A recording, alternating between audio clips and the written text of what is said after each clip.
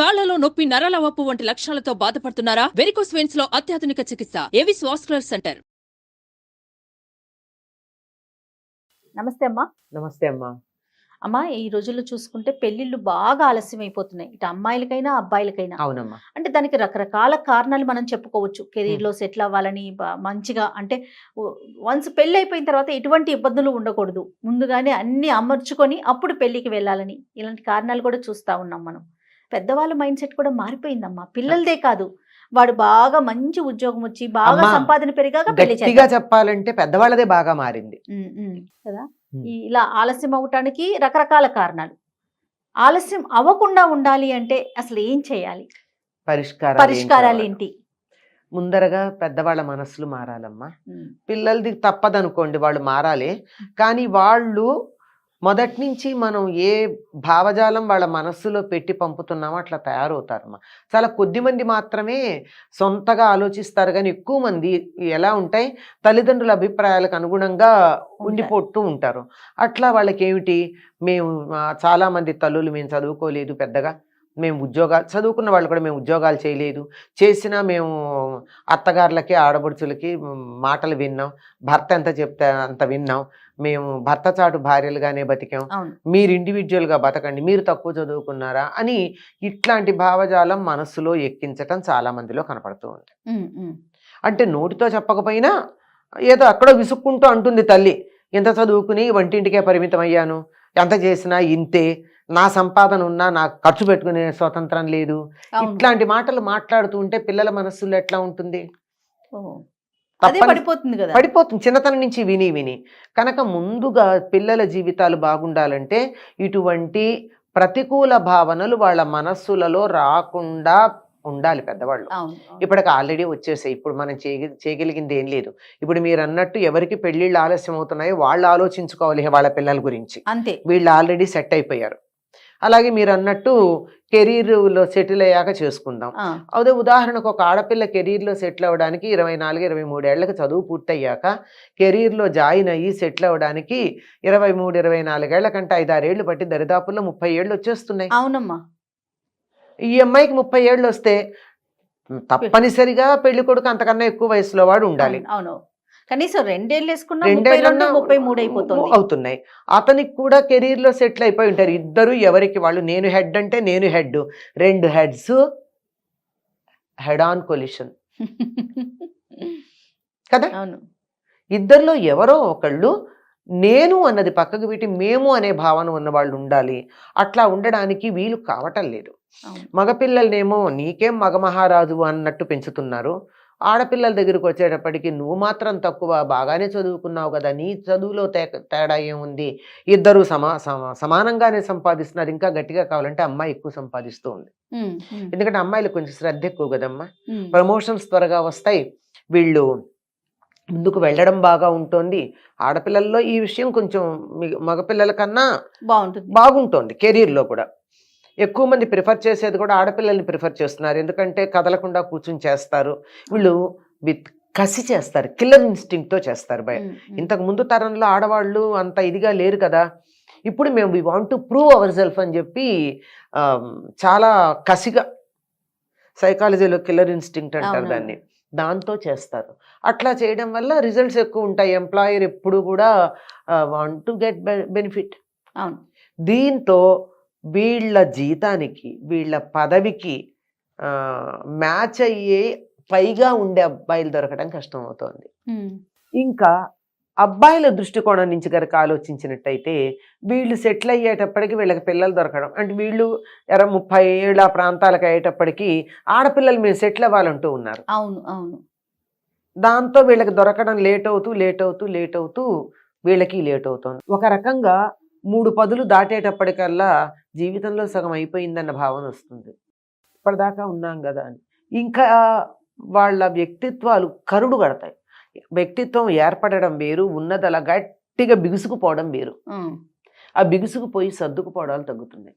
అందువల్ల అంటే ఇండివిజువాలిటీ అనేది బాగా అలవాటు అయిపోతుందమ్మా. అదే అంటున్నా, దాన్ని బట్టి మీరు కరుడు కట్టినట్లుగా అయిపోతుంది, బిగుసుకుపోతారు. అదే అదే దానివల్ల ఏమవుతుంది, సర్దుబాటుకి ఇష్టపడట్లా. అందుకని పెళ్ళికి ముందే అన్ని రకాలు చూసుకుని అన్నీ చూసుకుని ఎక్కడో ఏదో 100% ఎక్కడ కలుస్తాయమ్మా? ఎక్కడ కలుస్తాయమ్మా?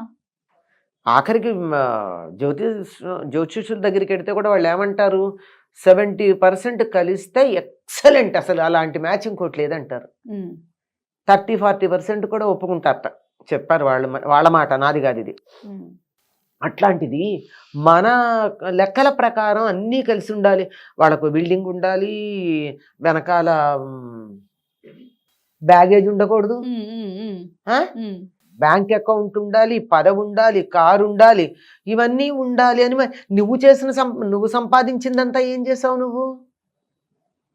మనమన్న ఫీలింగ్ ఉంటే ఇద్దరు చిన్న ఉద్యోగాల్లో ఉన్నా, అంటే ఉద్యోగం చిన్నదానికైనా ప్రారంభ దశలో ఉన్నట్టయితే ఇద్దరూ కలిసి దే కెన్ బిల్డ్. ఇల్లు ఇద్దరూ కలిసి కొనుక్కున్నా అనుకోండి, మా ఇల్లన్న ఫీలింగ్ ఉంటుంది. లేకపోతే నా అని ఉంటుంది. నా ఇంట్లో నువ్వు ఉన్నావు అనే మాట ఇద్దరిలో ఎవరో ఒకళ్ళు అంటూ ఉంటారు. ఇది చూసి ఒకటి. రెండోది, అమ్మా నాన్నలు బాగా దెబ్బలాడుకుంటూ ఉంటే చూసి పెళ్ళొద్దనుకునే పిల్లలు చాలా మంది ఉన్నారు. పెళ్ళన్నది ఒక తంట, 100 ఏళ్ల తంట, అది 100 ఏళ్ల పంట కాదు అని మానేసిన వాళ్ళు నాకు తెలుసు. అది కాక కొంచెం ఇబ్బందిగా ఉంటుంది, కానీ చెప్పక తప్పదు. నాకు 4-5 అమ్మాయిలు చెప్పినటువంటి మాట ఏమిటంటే, ఎందుకమ్మా ఆలస్యం అంటే, అమ్మా మనం ముందు పరీక్ష చేయలేము, కానీ అయిన తర్వాత మాకు తెలిసిన చాలా మందికి బాయ్స్ ఆర్ ఇంపార్టెంట్, విడాకులు తీసుకోవాల్సి వస్తుంది, ముందు పరీక్ష చేయడం అన్నది మర్యాదగా ఉండదు, అందువల్ల ఎందుకు వచ్చిన రిస్క్ లైఫ్లో అన్నారు. చాలా బాధ అనిపించింది. మీరు గమనించినట్టయితే హ్యాపీగా విడాకులు తీసుకుని సెకండ్ మ్యారేజ్ చేసుకున్న అమ్మాయిలు చాలా మంది కనపడుతున్నారు ఈ మధ్య. పెళ్ళైన నెల రోజుల్లోనూ, నెల 15 రోజుల్లోనూ. ఇవన్నీ కూడా అదే కారణం. ఆంతరంగా కనుక్కుంటే తెలిసినటువంటిది. దీనికి వేరే కారణం ఉంది. ఎందుకు ఇట్లా వచ్చిందంటే, మనం తినే ఫుడ్స్, ఈస్ట్రోజన్ ఎక్స్ట్రా ఉన్నటువంటి ఫుడ్స్, అవన్నీ వాటన్నిటి కారణాలుగా. అది రీసెర్చ్ రిజల్ట్సే చెప్తున్నాయి, కానీ మనం we are not able to stop that. పిల్లలు ఇంత లావున ఉండాలి పిల్లలు అని చెప్పి, బాగా తల్లి మొయ్యలేనంత లావుగా ఉండాలని చెప్పి వాళ్ళకి ఆ రకాల అవన్నీ పెట్టేసి వాళ్ళు ఈస్ట్రోజన్ లెవెల్స్ పెరిగిపోయి అదొక సమస్య. ఈ సమస్య వల్ల ఆడపిల్లలు హెసిటేట్ చేస్తున్నారు. మగపిల్లలు కూడా కొంతమంది తమ గురించి తమకి తెలిసి హెసిటేట్ చేసేవాళ్ళు ఉన్నారు. ఇలాంటివి లోతుగా పెడితే కొన్ని వందల కారణాలు ఉన్నాయమ్మా. ఏవీ లేకుండా అన్నీ నార్మల్గా ఉండి పెళ్లి చేసుకోవడానికి ఇష్టపడినటువంటి సందర్భాల్లో తల్లిదండ్రులు గొంతెమ్మ కోరికలు కోరుకుంటున్నారు. అమ్మాయి అందంగా ఉండాలి, డబ్బు సంపాదించాలి, మంచి ఉద్యోగం ఉండాలి, కానీ ఇంట్లో అత్తగారిని మామగారికి అన్నీ అడుగులకు మడుగులు వస్తాయి. వీలుని బట్టి చేస్తారు, అంతే కదా. పూర్తిగా చెయ్యాలి, పూర్వకాల పద్ధతిలో చెయ్యాలి, మడిగట్టుకుని వంట చేయాలి, తెల్లారుజామున భర్త లేచేటప్పటికి అమ్మాయి వంట చేసి స్నానం చేసి అన్నీ సిద్ధంగా పెట్టాలి. ఇట్లాంటివంటే ఎట్లా కుదురుతాయి? ఈ రోజుల్లో కుదరవు. కనుక అటు అమ్మాయి తల్లిదండ్రులు, అబ్బాయి తల్లిదండ్రులు కూడా కాంప్రమైజ్ అవ్వాలి. వాళ్ళు కాంప్రమైజ్ అవ్వకుండా సంబంధాలు పోయినటువంటి నాకు బోలుడు తెలుసు. అవునమ్మా. చిన్న చిన్న విషయాలు ఇక్కడ పిల్లలు కాదు, పెద్దవాళ్ళ కాంప్రమైజ్ లేకపోవడం వల్ల. కనుక ఇన్ని కారణాల్లో మనకి నిజంగా అమ్మాయికో అబ్బాయికో పెళ్లి చేయాలనే ఉద్దేశం తల్లిదండ్రులకు ఉంటే వెంటనే వీటన్నింటినీ పక్కకు పెట్టి పెళ్లి ప్రధానం అనుకున్నప్పుడు పెళ్లిళ్ళు అవుతాయి. అంతే, సార్ట్అవుట్ చేసుకోవాలి. అన్నీ కుదిరితే జాతకాల్లో కూడా తేడాలు ఉంటే దానికి పరిష్కారాలు కూడా ఉన్నాయని శాస్త్రాలు చెప్తున్నాయి.